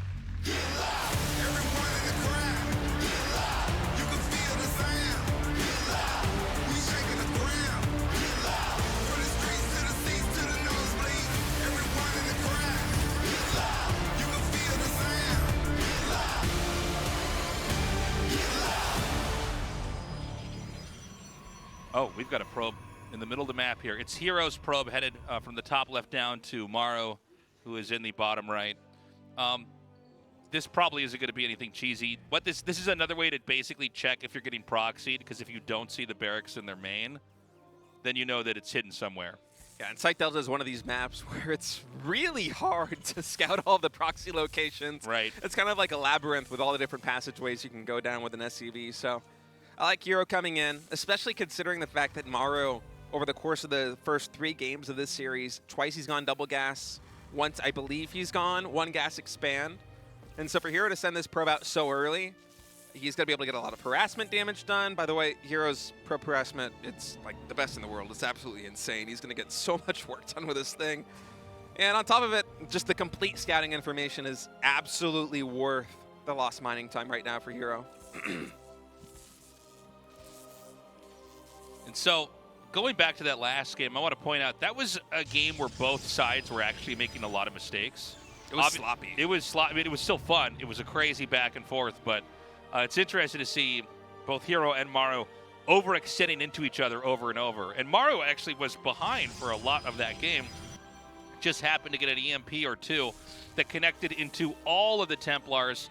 And when you're pushing out with Templar, Colossus, Stalker, you don't have a lot of ways to get everything back home safely. Probe does go down, but so many SCVs got damaged, it almost makes me wonder if herO is going to go for an Oracle this game. And I know that's kind of a shot in the dark, but in a situation like this one where I think the probe might have damaged 6 or 7 total SCVs, those now get 2-shot instead of 3-shot by the Oracle. So yeah, you know, that's a really good point. You're not going to waste time repairing SCVs early on, and you're not going to have medevacs out for a while. Sometimes the little bit of damage the probe does early on can end up impacting the game and this sort of butterfly effect way later on. Yeah, we'll see. I mean, herO is one of these players that I feel like he kind of oftentimes chooses the path the game is going to go and then just is set down it. He's very decisive in that way. So instead of going to throw down a Twilight Council, going in a Blink. Blink, of course, a very good upgrade to have on a map like Site Delta, where there are many different locations you need to maneuver to. Even the Zealot causing a little bit of annoyance here. Yeah, a bit of a nuisance. Comes up here with this Adept. He's going to get more damage done. And 3 CC. Yeah, so very greedy stuff here. Let's not forget that, you know, herO has gone for that 4-gate play before. I mean, this is... Oh, hold on. Unlucky Marine there. Really nice micro by herO. So, yeah, herO's known to do these kind of 2-base aggro plays. It's sort of the dream for the Protoss if you get 3 command centers, right? Mm-hmm. But I guess Maru wanted to fit this in somewhere. Why not do it when you're in a 2-1 lead? each game isn't just a win or a loss. It's a bit more information and a bit more of a story about yourself and how you see the game and the range of play you've got. 3-gate blink again for herO into robotics. Boosting blink very quickly here. I don't think herO knows just yet, based on what he's seen, whether it's going to be 3CC or a faster tech. He's a little bit in the dark in that regard. Oh, he's getting really aggressive. We might have a proxy fourth gateway here. Yep. Oh, Maru's sending a Marine. He's going to spot for this. Oh, he sees it. He barely Does he glimpses cancel? this. Does he let it finish?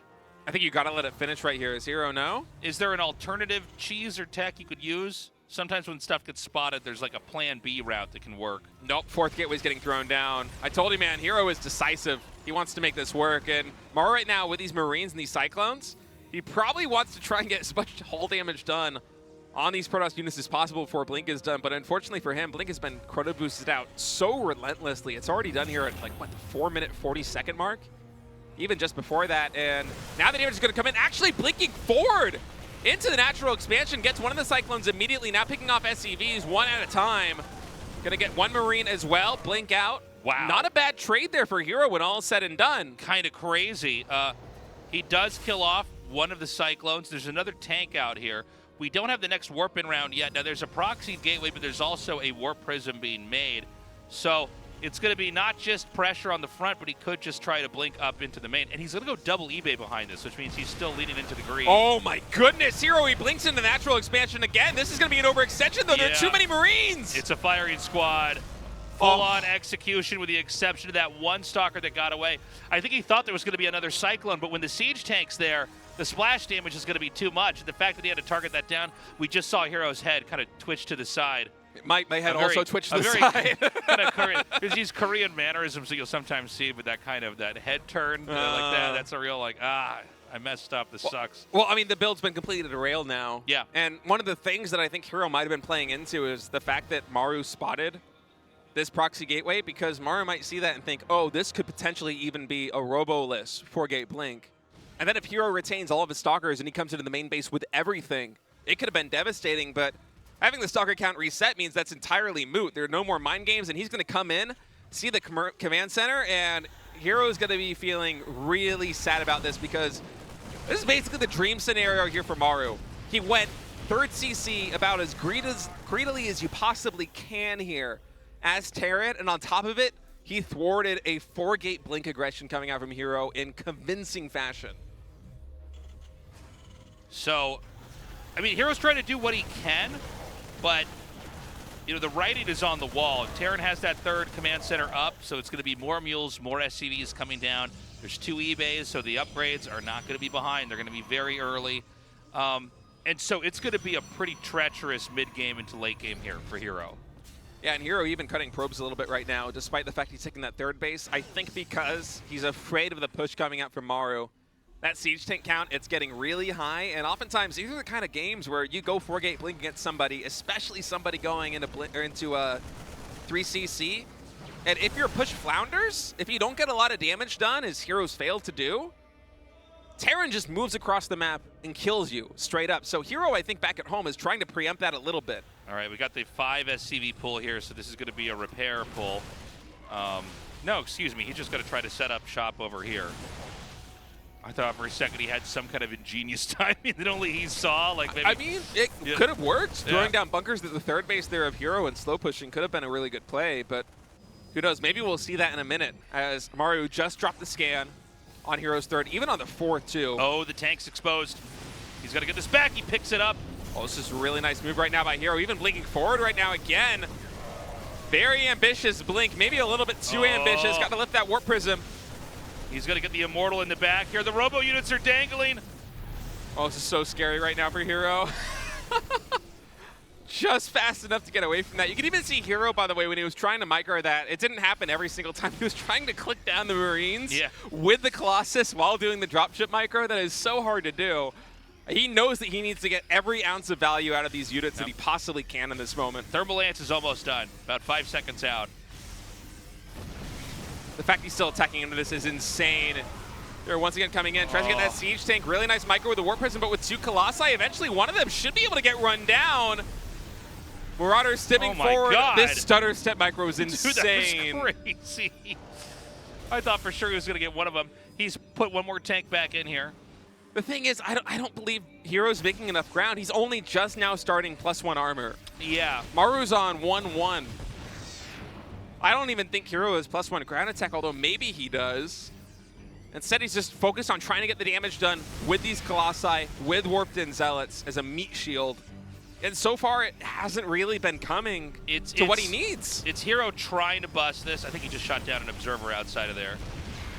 The Zealots, you know, I mean, he just might have enough. Not going to lie here.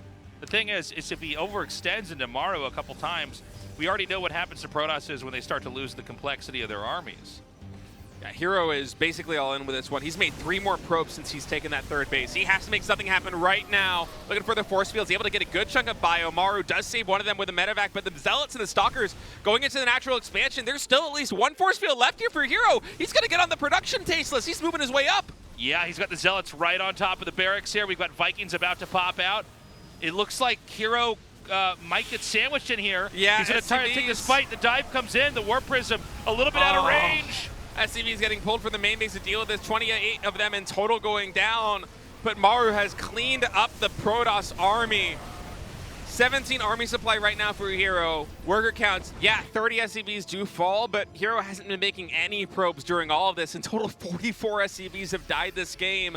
But can herO muster the army in time to deal with this? I don't think so. He's warping in Stalkers because that's the unit you can use in the middle of the map to buy time, but I don't think he's going to get enough tasteless.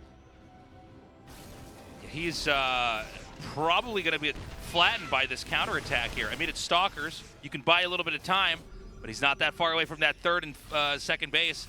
There were some SCVs killed off there, so Maru has that issue to address, but it might not matter if this counterpunch comes in here and smashes this position. It's only tier 1 units versus a lot of sustain here from Terran. The Disruptor's going to be out. Can he get a shot that would change this game? Not yet. Just one lone Marine. GG is called, and Maru with a convincing hold with 3 CC against 4-gate Blink is now up, what, 3-1 in this best of 7. Match point for Maru. Craziness, man.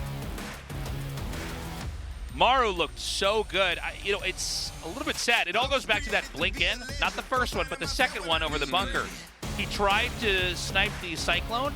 It was also 1 shot short of getting the kill, which cost a whole other wave of volleys. That's happened 2 times today so far, where he's blinked in at an inappropriate moment and thus overextends.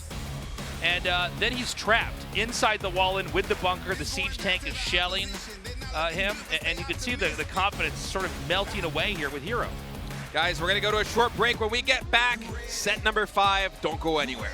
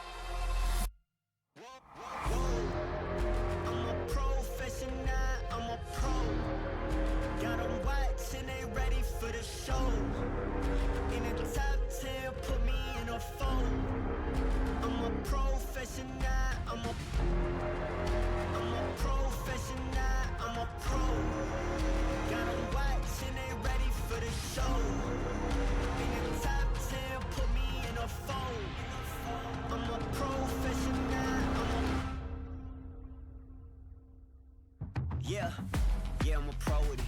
If it ain't no check, then you gotta go with it.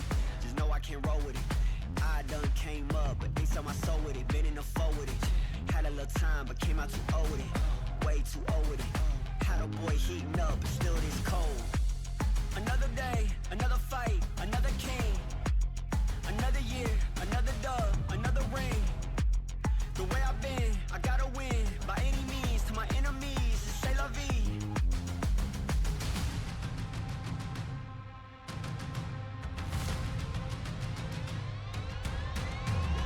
Whoa, I'm a professional, I'm a pro.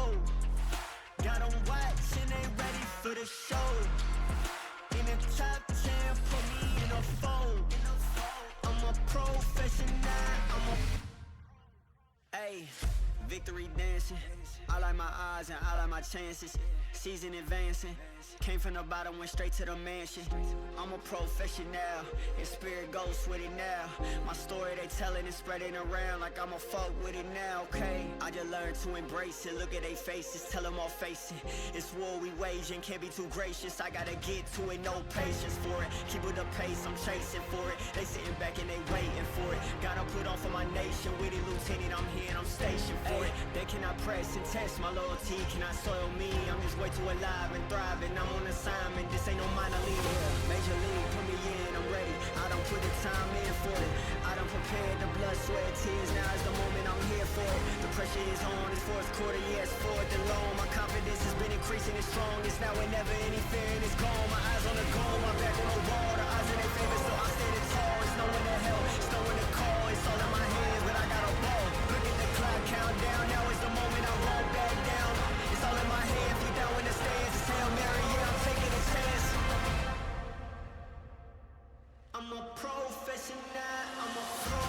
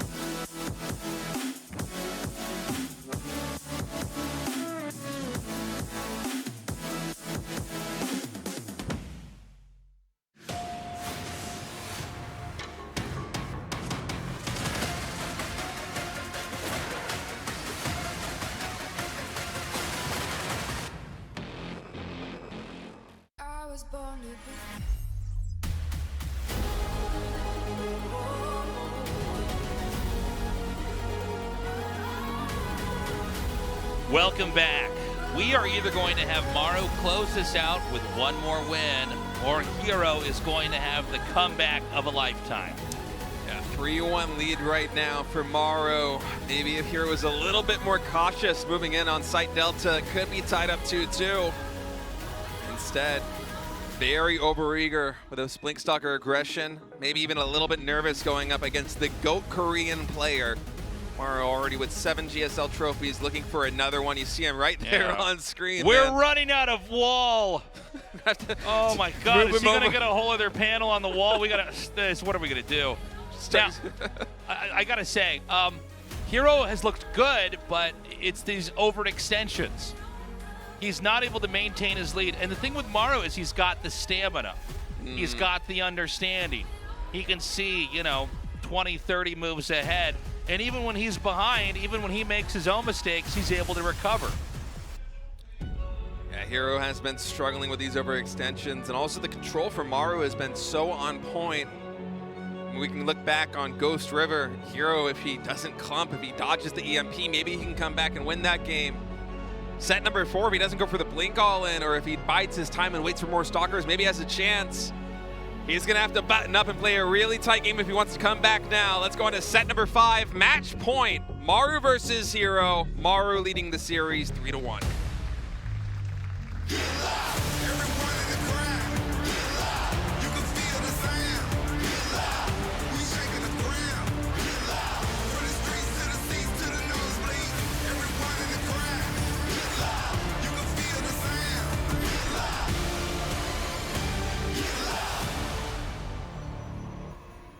herO in the top, Maru in the bottom. Maru winning that last game, going for 3 command centers right away. Very, very sparse defense into double eBay. And herO overextends into it. That's pretty hard to do. 2024 GSL Finals. That is a colorful Zealot. Yeah. Yeah. It looks like it's a Zealot. That's a Zealot at a rave. They gotta release that in the StarCraft 2 skin, man. Yeah, where's that skin? The Protoss rave set. Yeah.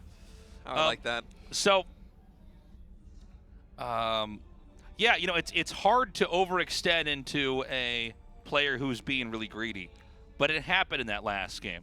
Maru hit his tank really well after getting the 2 Cyclones, and I'm not saying that herO would win these games if he wasn't overextending, but he certainly wouldn't be losing them the way that he was. He would have a much better chance. I mean, think about how well he was able to fight back after that overextension with the Colossus push on the 3rd. I mean, say he has those Stalkers alive the whole game. Say he gets some damage with them, not a ton. And then the game leads to another timing attack like that one at Maru's 3rd base. Maybe he actually has enough to break him, because he came very close. Look at this blocking. It's like watching a PBZ. Yeah, I was going to say, Zerg players losing their minds right now. But yeah, herO has been overextending, and he's kind of infamous for being the most ambitious blink on topper of like every Protoss player in the world right now, especially when it comes to 3 and 4 gate blink builds. I mean, this is a guy that just lives by the sword and dies by the sword. He will blink on top of your natural expansion, not knowing what the hell is going to happen when he gets there. Sometimes it works, sometimes it doesn't. Maru had basically everything in the front, including a siege tank. But one of the issues is that he's blinking in when he doesn't have enough stalkers to 2-shot the target, right, which means he's making some kind of mistake. The difference between 2-shotting something with stalkers and 3-shotting, all those Marines are going to do so much damage over that period of time where you're trying to kill that target. He was doing it to both Cyclones as well as tanks. So it shows that the execution's not quite there for herO just yet. Maru, it's funny, he's also, compared to the TVT earlier, this has been a much more bumpy series, even though he's winning, even though he's looking pretty good. He's definitely overextended. He's also had some very unusual movements in the early game. I think this is partially to mix it up and keep his opponent on his toes. He does seem to be at the point in time as a professional player, he's at this moment where he can kind of just control fights and win even when he's not supposed to. And that is making the early game a little bit more challenging, whether it's Cure or now herO in the finals. herO going for blink at home, adding in a second gateway and a robotics facility. So not the same opening we've seen from herO the past couple of games, the 3-gate blink opening. Instead, just being a little bit more careful here in terms of opening and potentially even mining out this patch. Connecting to the 3rd, all the way there on the left side. And I love these staggered adept shades, by the way, just getting all the scouting information he can. Also really annoying Maru probably with a supply depot that just goes up and down and up and down.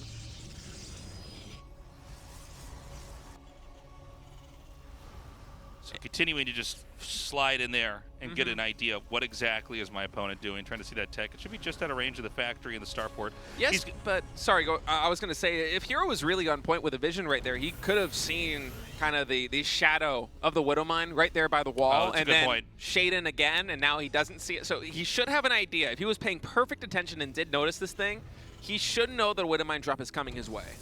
Now, this is a map where it's pretty obvious a Widowmine drop is very tempting, but he doesn't have Stalkers at home. So, like, this is already, I feel like herO's game is just a little bit off. He's going to land him right in here, and now we're going to have probably a little bit of burrow and burrow. No, he's just going to let him take out 2, pick him up, and go elsewhere. Now, the Stalkers, they're still beelining towards the Terran's base. Yeah, but there's a siege tank out already. That's enough to stop this if it is sieged up. Instead, it is unsieged, so herO will be able to get a little bit of chip damage on these Marines. Please don't blink on the siege tank. Yes, don't do it. I can just see the alternate reality where he does. And herO is kind of known for doing this, where he will just send everything cross-map, and if a Widowmine drop comes into his base, then so be it. Actually, hold that thought. This one is at least going to get one shot off. 5 probes go down. Some pretty big damage. herO takes a big gulp there, already processing the fact that this game is getting a little bit out of his control. He's going to try to lean in again here with the Stalkers. Now, they're going to pass each other like 2 ships in the night. Yeah, herO's beelining to blink through the mineral wall on the left side, and Maru's just going for the jugular right now. This siege tank push of the natural. I don't know if herO's going to have enough, and he just recalled, by the way. He recalled the Stalkers to deal with this. It's going to be a little bit before he has another recall available to bring these guys back home. So he's going to come in right now. herO's going to realize he's completely out of position. Oh my goodness. And there's nowhere safe for the probes to go. The Stalkers are going to come in here. They're going to be doing a lot of damage, and Maru is actually bleeding off a decent amount of his Marines. He hasn't even noticed the Liberator of the main base, I think. So many probes are going down right now. This Robo is falling. Colossus production has stopped. Forge and Robotics being unpowered. He still doesn't see the Liberator of the main. He only just now notices 20 probes have fallen. The Stalkers are walking home to try and deal with this. The Liberator is even going to be able to escape and regroup with a push. Oh and I think Maru might have done it, Tasteless, in one fell swoop. This game, it looks like it may be already over here. 29 workers have been killed. The Nexus goes down. 50 SCVs to 17 probes. Maru's army is going to fall, but herO is on his last legs. Almost nothing left in the tank. Even the main base can't even be fully saturated. We have 16 probes in the main base. He's going to have to re-expand again. No, there's no way. There's nothing he can do. He has to try and end it, but look at this army back at home. He's building a Dark Shrine. Okay, he is going to go for the Nexus, but I don't know how you do this right now as herO, man. I think we're about to see Maru win his 8th GSL Code S. Oh, the Another scan. new world record here. The scan gets 2 observers. Both obs go down. herO playing frantically right now for his tournament life. He's able to whittle away here at the Marines. But GG's called. He knows that's it. And Maru is once again champion of GSL. I cannot believe it. He's done it yet again. An 8th GSL title in the oldest and most storied, longest lasting esports tournament here. Actually, esports tournament for all of esports. He takes it, he does it. How far can he go? Will he ever be stopped? And even after his 8th trophy, he still gets scared. He still gets startled by the confetti. Wow. What a tremendous moment for Maru, and really an impeccably played day. He lost 1 map in the semifinals and finals combined, showcasing a wide range of styles. Came in saying he wasn't feeling that confident, but man, his play was so decisive, so solid, just incredible. I cannot believe how well he played here today. And you know, herO, his part of the story, he did choke a little bit. He did overextend, overstep, and he was punished for it. Maru wasn't playing the cleanest final game, but at the end of the day, he was able to pull it off. We're going to go to that interview now and see how he's feeling. Maru, you have won another championship. You said that Protoss is so strong. You didn't want to play against herO, but still you're able to beat him. And this isn't just the 1st or 2nd or 3rd time you won the GSL. This is your 8th GSL trophy. 오랜 시간 동안 You have set another unreachable record here in Korea in StarCraft 2. 한번 들어보도록 하겠습니다. We want to hear what you have to say, Maru. 중에 제일 자신이 없었는데 그래서 공격적으로 한 것도 있고 했는데 Well, out of all the finals, today is a very special one for me. The fact that my opponent was herO, a player that historically I've had a hard time beating, I'm happy that I was able to defeat him, and I feel really good right now.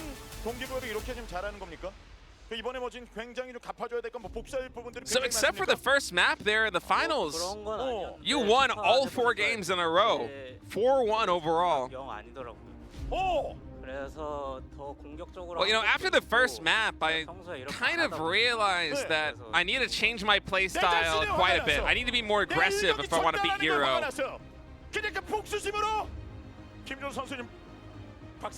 And now he's saying, well, you know, you said yourself that you aren't really comfortable playing against herO's aggressive style.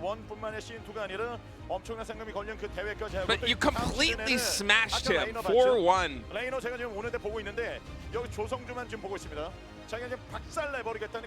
And not just here at the GSL, you have secured your spot in global tournaments around the world because of your performance. What kind of performance do you want to show to the global fans? While talking about GSL, I think that Season 2 is going to be even harder than Season 1. You know, Rogue is back for the military. He is practicing again. Rainer is here in Korea. He's going to be competing as well. And Season 2 might be one of the hardest seasons of GSL we've had in a very long time. And honestly, even though I defeated herO, I still don't feel confident against Protoss. Well, you know, are you saying that if you can improve your TVP, you're just going to be on top of the world?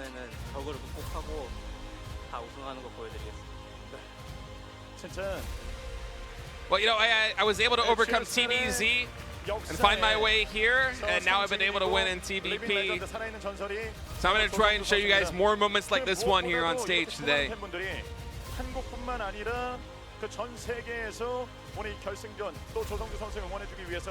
You know, not just the Korean audience, there are so many global fans that have come down to the studio to cheer for you and watch you win your 8th GSL trophy. What words do you have here for the fans?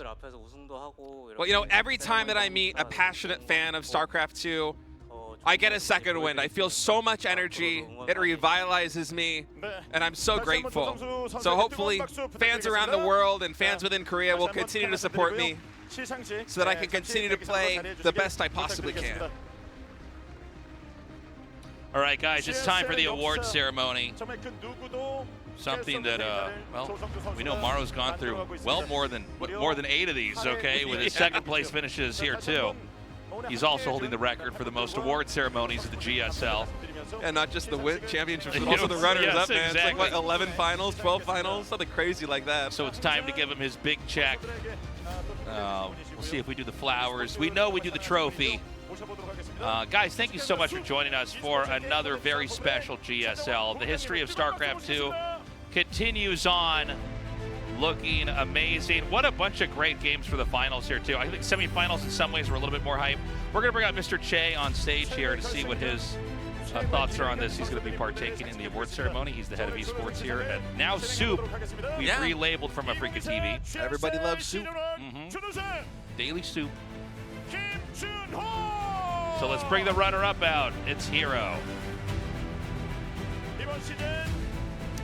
herO really did have a great performance here today, not just against stats, but against Maru. He put up a good fight, just barely got edged out there in the end. As we said, tasteless, maybe a little bit too many overextensions, and Maru was just rock solid all the way through. Yeah, I think we're going to have to wait for another finals here from herO. I think he can do it. He did look a little bit shaky. You know, Maru is cool as a cucumber in these finals. He's just done it so many times, and I think so many of these other players, they get onto that moment. They've worked their whole lives to win at GSL, and it gets a little bit scary. They get in their own heads. So we wish him, you know, the best of luck in future GSLs. We look forward to having herO back over here. And now we're going to be bringing out our champion, Maru, who, I mean, look, he won this one. We've got another season this year before the Esports World Cup. Could he win 9 GSLs? Well, he said it's going to be one of the hardest ones coming up next season. That's right.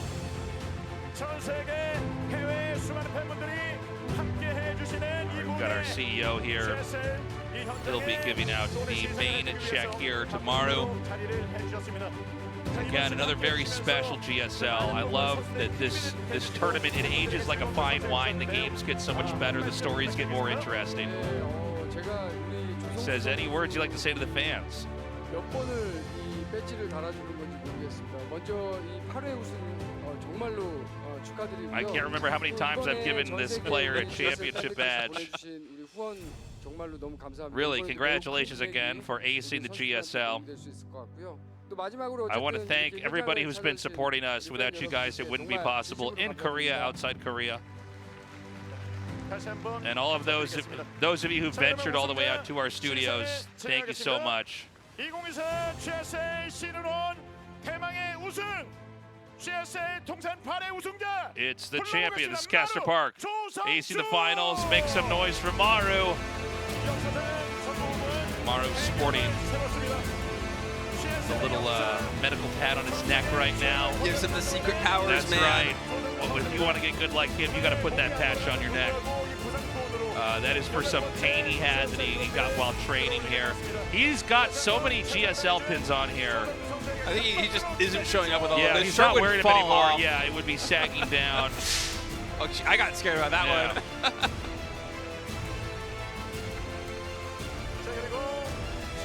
So guys, this leaves us with another chapter closed here for yet another season of GSL. This has been the longest lasting esports tournament of all time here with the Star League format, the thing that started it all.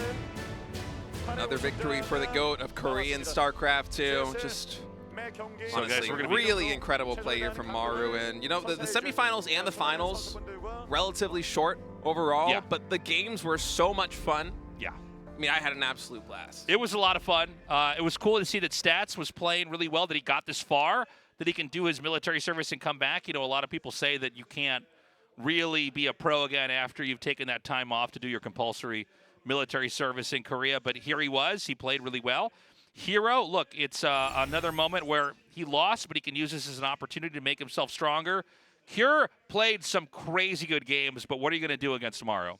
Season 2 of GSL is starting in, I think, 3 weeks. May 2nd, 6:30 p.m. KST. So you guys do not have very long to wait before the next season of the GSL. Make sure you tune in and join us again.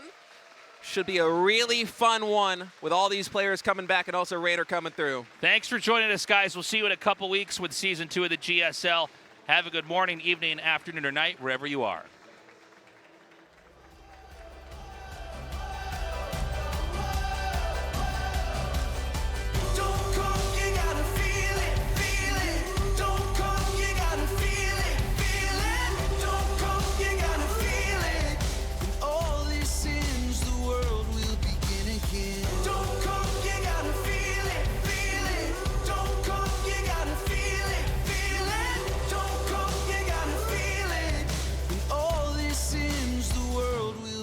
Again.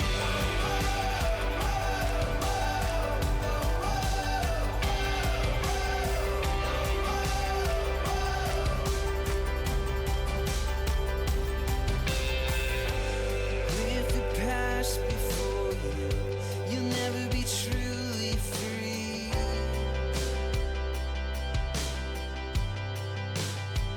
Oh, you think you figured it out, you beat it into the ground, you've made a hell for yourself in the heaven that you made with me.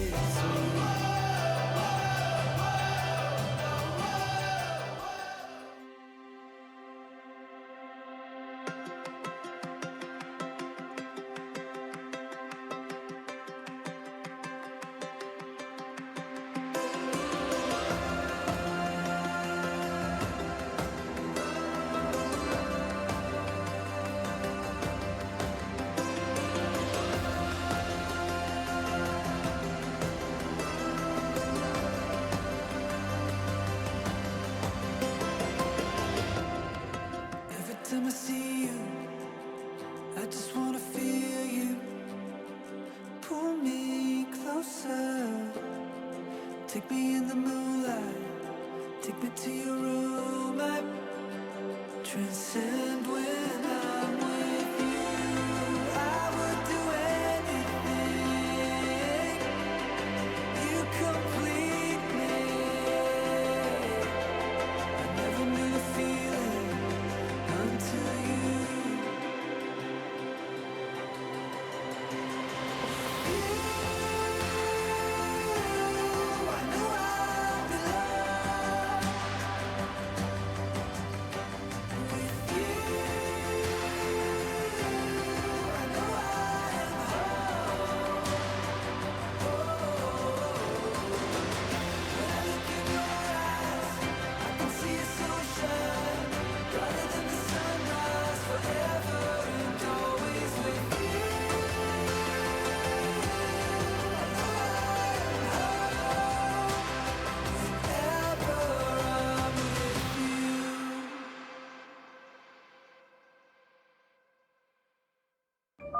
Incoming transmission.